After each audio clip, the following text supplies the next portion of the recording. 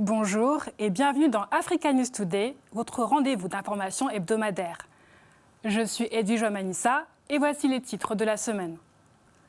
Au Nigeria, 10 manifestants ont été inculpés pour trahison et incitation à la mutinerie de l'armée suite à leur participation le mois dernier aux manifestations contre la vie chère. L'Afrique du Sud face à une hausse inquiétante des bébés séropositifs. Dans la région de Gauteng, 232 bébés sont nés avec le VIH, rien que pour le premier semestre 2024. En République démocratique du Congo, les survivants du Mpox sont confrontés à la stigmatisation. Face à la peur et l'isolement, les personnes guéries luttent pour reprendre une vie normale. Au Nigeria, les autorités intensifient leur répression contre les récentes manifestations qui ont secoué le pays. Ce lundi, 10 personnes ont été inculpées pour trahison et conspiration en vue d'inciter l'armée à la mutinerie. Ces accusations font suite aux manifestations nationales le mois dernier. 10 jeunes Nigérians ont comparu dimanche devant la Haute Cour fédérale d'Abuja. Ils sont accusés d'avoir tenté de déstabiliser le Nigeria lors des manifestations contre la mauvaise gouvernance, la fin des subventions sur le carburant ou encore la corruption. Crime, trahison, incitation à la mutinerie, les accusés ont tous plaidé non coupables des 6 chefs d'accusation à leur encontre. Il leur est reproché d'avoir planifié intentionnellement un plan de déstabilisation du Nigeria entre le 1er juillet et le 10 août dernier. Leur détention provisoire a immédiatement été ordonnée en attendant que la Haute Cour délibère sur une éventuelle remise en liberté sous condition ou une condamnation. Leur procès se tiendra le 11 septembre prochain. Ces manifestations avaient entraîné la réaction de l'armée. Plus de 2000 personnes avaient été arrêtées et plus de 1400 autres traduits devant différents tribunaux.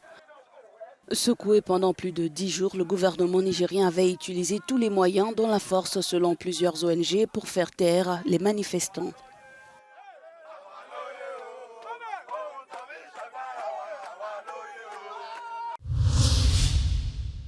En Afrique du Sud, les autorités sanitaires tirent la sonnette d'alarme. 232 bébés sont nés séropositifs au cours du premier semestre dans la région de Gauteng, au nord-est du pays. Malgré la gratuité des traitements pour les familles touchées, la situation reste préoccupante. En Afrique du Sud, 232 bébés sont nés séropositifs au cours du premier semestre de cette année dans la région de Gauteng qui englobe Johannesburg et la capitale Pretoria. Malgré la disponibilité et la gratuité des soins pour éviter la transmission mère-enfant, la situation reste préoccupante. Il y a toute une série de facteurs qui jouent un rôle, qu'il s'agisse de la migration de la population ou des raisons économiques, ou d'une multitude de raisons.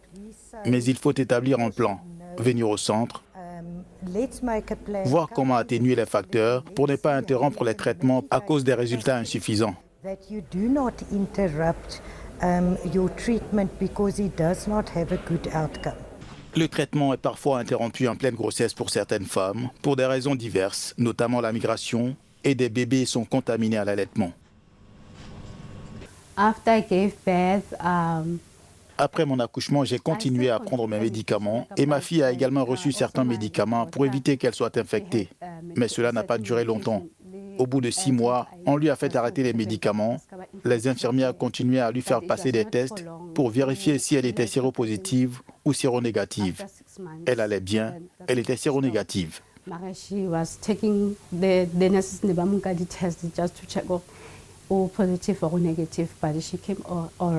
L'Afrique du Sud a l'un des taux de VIH les plus importants au monde. Environ 12,7% de sa population et près de 150 000 nouveaux cas par an, selon ONU-SIDA. En République démocratique du Congo, la stigmatisation des personnes guéries du Mpox prend de l'ampleur. Malgré leur rétablissement, les survivants peinent à reprendre une vie normale, confrontés à l'isolement et aux difficultés économiques. En République démocratique du Congo, la stigmatisation des personnes guéries du Mpox est un problème croissant, aggravé par des années de négligence et une réponse internationale insuffisante à la maladie. Clarisse Ishimwe, dont les enfants ont récemment été guéris, se souvient des jours difficiles passés à l'hôpital. J'avais très peur car on nous avait dit que cette épidémie était très mortelle. J'étais inquiète tous les jours pour mes enfants, surtout lorsque je voyais les boutons. J'en ai pleuré tous les jours. Après avoir quitté l'hôpital, Clarisse a tenté de reprendre son commerce de vente de savon et de beignets. Malheureusement, la stigmatisation liée au Mpox pèse sur son activité. Comme beaucoup d'autres survivants, elle est désormais isolée et en difficulté économique. J'ai repris mon petit commerce, mais les clients ne viennent plus comme avant. Les gens ne viennent plus acheter chez moi. Ils disent que mes enfants sont malades et qu'ils peuvent les contaminer. Tous mes clients m'ont abandonné.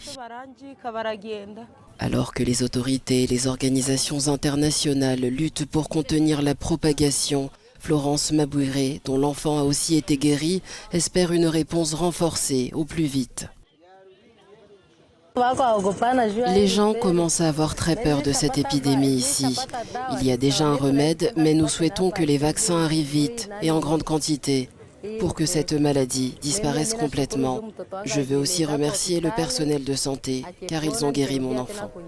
L'Organisation mondiale de la santé a confirmé l'arrivée prochaine de vaccins en RDC, accompagné d'un financement de 10 millions de dollars annoncé par le président Félix Tshisekedi.